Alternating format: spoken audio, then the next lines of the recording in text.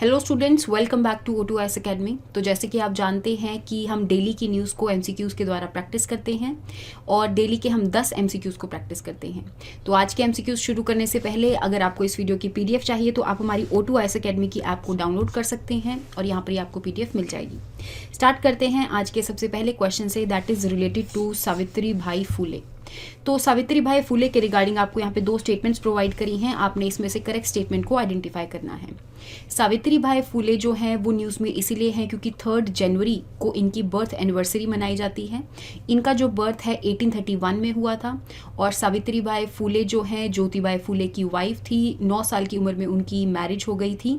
इसके बाद ज्योतिबाई फुले जो हैं, जो कि महाराष्ट्र से बिलोंग करते हैं और हमारी जो नेशनल फ्रीडम स्ट्रगल है उनके अंदर उनका बहुत ज़्यादा कॉन्ट्रीब्यूशन है। तो इन्होंने ज्योतिबाई फुले ने सावित्रीबाई फुले को एजुकेशन दिलवाई और उसके बाद जितनी भी डिप्रेस्ड क्लासेस थी उनके रिगार्डिंग, उनके राइट्स को प्रोटेक्ट करने के रिगार्डिंग इन्होंने बहुत ज़्यादा प्रोटेस्ट वगैरह किया है और बहुत सारे लोगों के राइट्स को प्रोटेक्ट करवाया है। तो इसी के रिगार्डिंग आपको यहाँ पे दो स्टेटमेंट्स जो है वो प्रोवाइड करी गई हैं, जैसे कि जो सावित्री भाई फुले हैं इंडियाज़ फर्स्ट वुमेन टीचर भी कंसीडर की जाती हैं क्योंकि यहाँ पे इन्होंने बहुत सारे डिप्रेस्ड लोगों को और जो कि वल्नरेबल सेक्शंस थे उनको एजुकेशन प्रोवाइड करने का भी काम किया है। इवन इन्होंने ऐसा माना जाता है कि 1860s के टाइम पे बार्बर स्ट्राइक करवाई थी ताकि यहाँ पे जितने भी बार्बर्स हैं वो जो विडोड वुमेन हैं उनकी शेविंग ऑफ हेयर ना करें। तो दैट मीन्स यहाँ पे आपकी जो दोनों के दोनों स्टेटमेंट्स हैं वो करेक्ट हो जाएगी। आंसर बनेगा बोथ 1 और 2। नेक्स्ट क्वेश्चन के बारे में बात कर लेते हैं, that is related to Sammed Shikharji. Sammed Shikharji news में इसीलिए है क्योंकि बहुत सारे जो जैन लोग हैं, जैन पीपल हैं, वो यहाँ पर प्रोटेस्ट कर रहे हैं। बेसिकली जो चीज़ न्यूज़ में है दैट इज़ जो सामेद शिखरजी है इसको एक टूरिस्ट प्लेस बनाने की बात करी जा रही है, लेकिन बहुत सारे जो जैन्स हैं वो इसको टूरिस्ट प्लेस नहीं बनाना चाहते क्योंकि ये जैन की एक पिलग्रिमेज साइट है।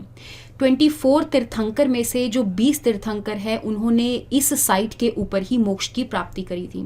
तो उनके लिए ये एक बहुत ज़्यादा इंपॉर्टेंस वाली जगह बन जाती है और टूरिस्ट प्लेस बनाने के बाद इसके अंदर बहुत सारी जो इम्प्योरिटीज़ हैं, ऐसा मानते हैं वो कि बहुत सारी इम्प्योरिटीज़ आ जाएंगी, बहुत ज़्यादा गंदगी यहाँ पर फैल जाएगी, इतनी पीस वाली जगह ये फिर नहीं रहेगी।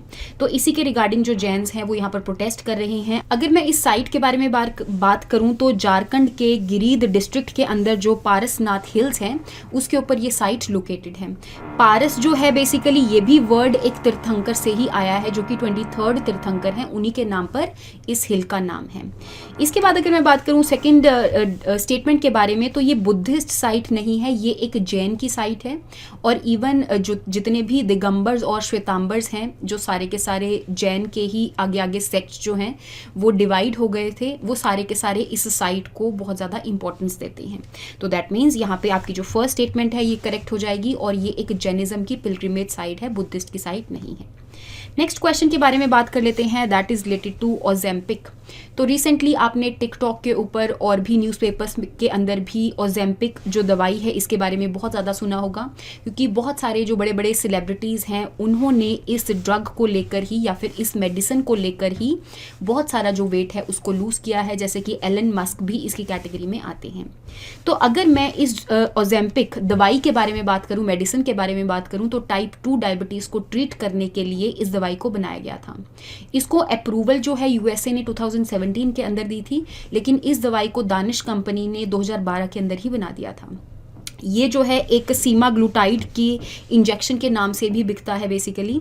और अगर मैं बात करूं तो टाइप 2 डायबिटीज़ को ट्रीट करने के लिए इस ड्रग को दिया जाता है ताकि यहाँ पे इंसुलिन प्रोडक्शन को इनिशिएट किया जा सके और अल्टीमेटली जो ब्लड शुगर लेवल है उसको कंट्रोल किया जा सके।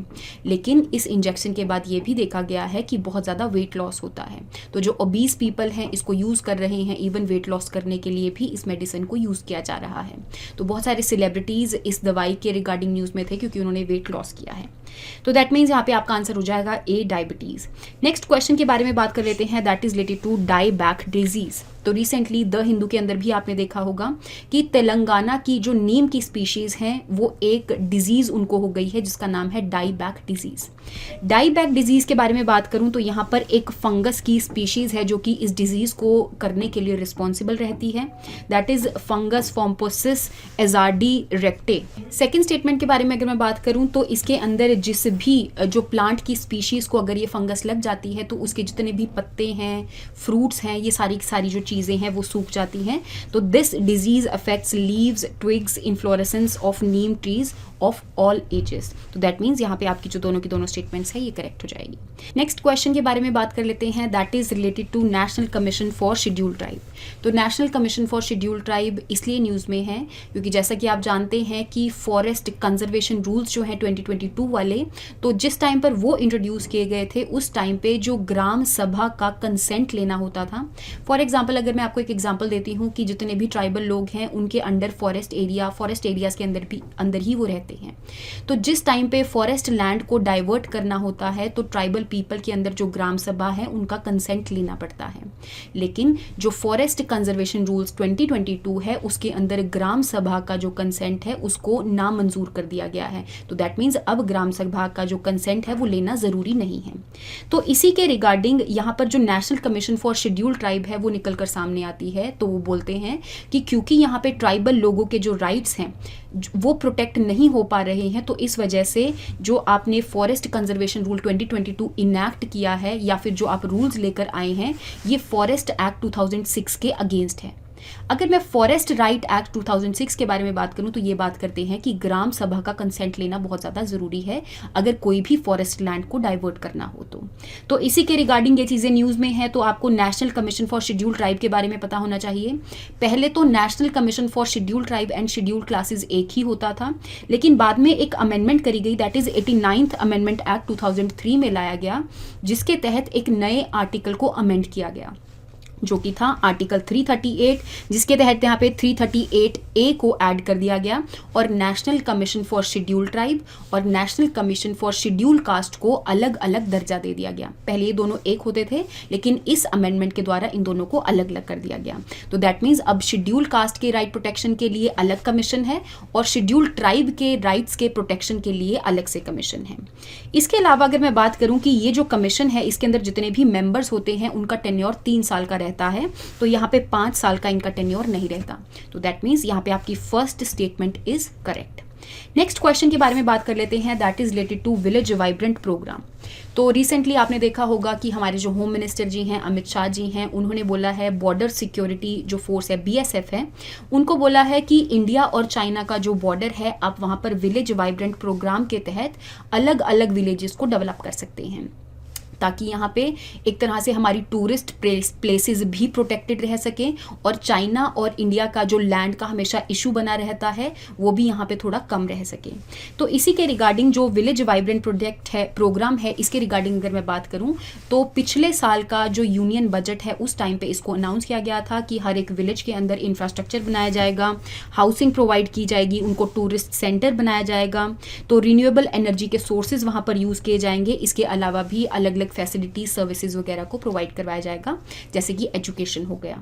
तो इसी के रिगार्डिंग विलेज वाइब्रेंट प्रोग्राम जो है स्पेशली BSF जो है इंडिया चाइना बॉर्डर के तहत यहाँ पे जितने भी विलेजेस हैं उनको डेवलप करने की ये बात करते हैं। तो दैट मीन्स यहाँ पे आपकी सारी की सारी जो स्टेटमेंट्स हैं ये करेक्ट हो जाएंगी। नेक्स्ट क्वेश्चन के बारे में बात कर लेते हैं, that is related to Jallikattu. तो अगर मैं जलीकट्टू के बारे में बात करूँ तो ये एक बुल टेमिंग फेस्टिवल है जो कि तमिलनाडु वाले रीजन में मनाया जाता है। स्पेशली हर साल जनवरी में इस फेस्टिवल को मनाया जाता है और ये जो फेस्टिवल है ये एक तरह से पोंगल सेलिब्रेशन के तहत ही मनाया जाता है। पोंगल सेलिब्रेशन के बारे में अगर मैं बात करूं तो ये एक हिंदू का हार्वेस्टिंग फेस्टिवल होता है। जिस टाइम पे अलग अलग क्रॉप्स को हार्वेस्ट किया जाता है तो उस टाइम पे पोंगल की अलग अलग फॉर्म्स जो हैं उनको मनाया जाता है। In the same way Tamil Nadu के जनवरी के टाइम पे भी पोंगल सेलिब्रेशन के टाइम पे इस इवेंट को ऑर्गेनाइज किया जाता है जिसमें बुल को टेम किया जाता है। तो यहाँ पे बहुत सारे लोग जो हैं वो पार्टिसिपेट करते हैं, तो बुल का जो हम्प है उसको होल्ड करने की वो बात करते हैं। इसके अलावा अगर मैं बात करूं कि जो जलीकट्टू फेस्टिवल है वो इवन तमिलनाडु की जितनी भी हिस्टोरिकल जितनी भी यहाँ पे एंशिएंट बुक्स हैं इवन उनके अंदर भी मेंशन्ड है। जैसे कि अगर मैं सिलपादीकरम के बारे में बात करूं जो कि एक तरह से ग्रेट एपिक्स के अंदर कंसीडर की जाती है, तो इस एपिक के अंदर भी जलीकट्टू फेस्टिवल के बारे में लिखा गया था। तो दैट मीन्स यहाँ पे आपकी फर्स्ट स्टेटमेंट करेक्ट हो जाएगी। तो अगर मैं सेकंड स्टेटमेंट के बारे में बात करूँ ये इनकरेक्ट हो जाएगी क्योंकि यहाँ पे नॉट फाउंड आ रहा है कि सिलपादीकरम में नहीं लिखा था।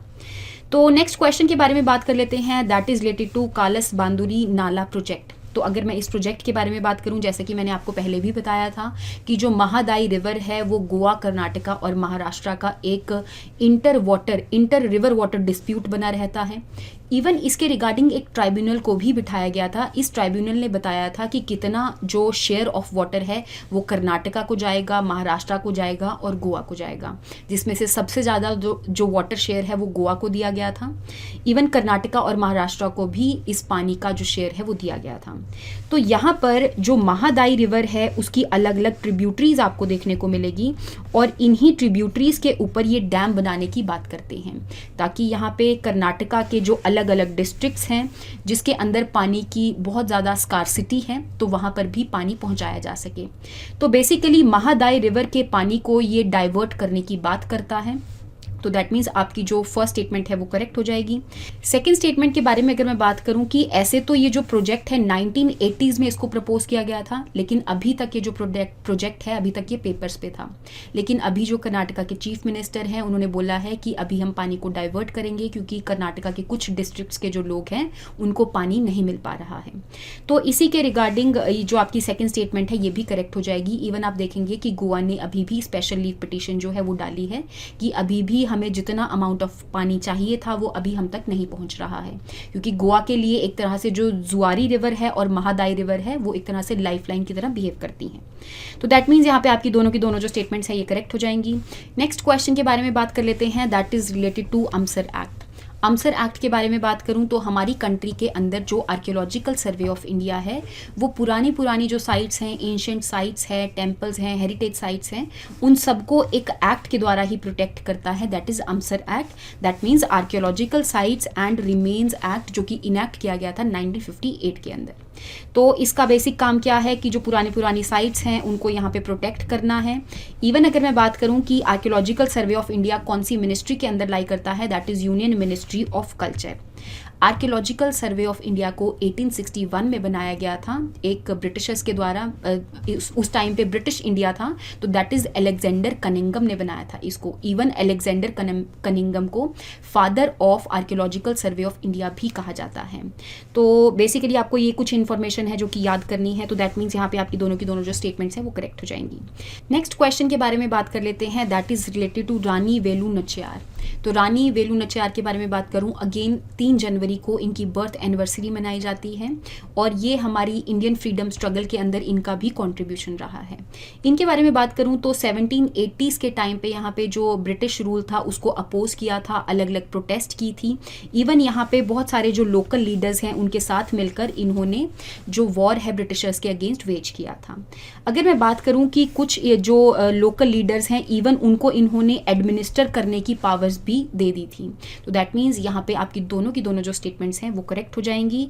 हमारे पोस्ट इंडिपेंडेंस इंडिया के अंदर इनके रिगार्डिंग जो स्टैम्प है वो भी रिलीज करी गई थी 2008 के अंदर। तो आई होप आपको यहाँ तक जो करंट अफेयर्स हैं उनके बारे में समझ में आया होगा। नेक्स्ट क्लास के अंदर हम नेक्स्ट MCQs के साथ मिलेंगे। Thank you so much and have a nice day.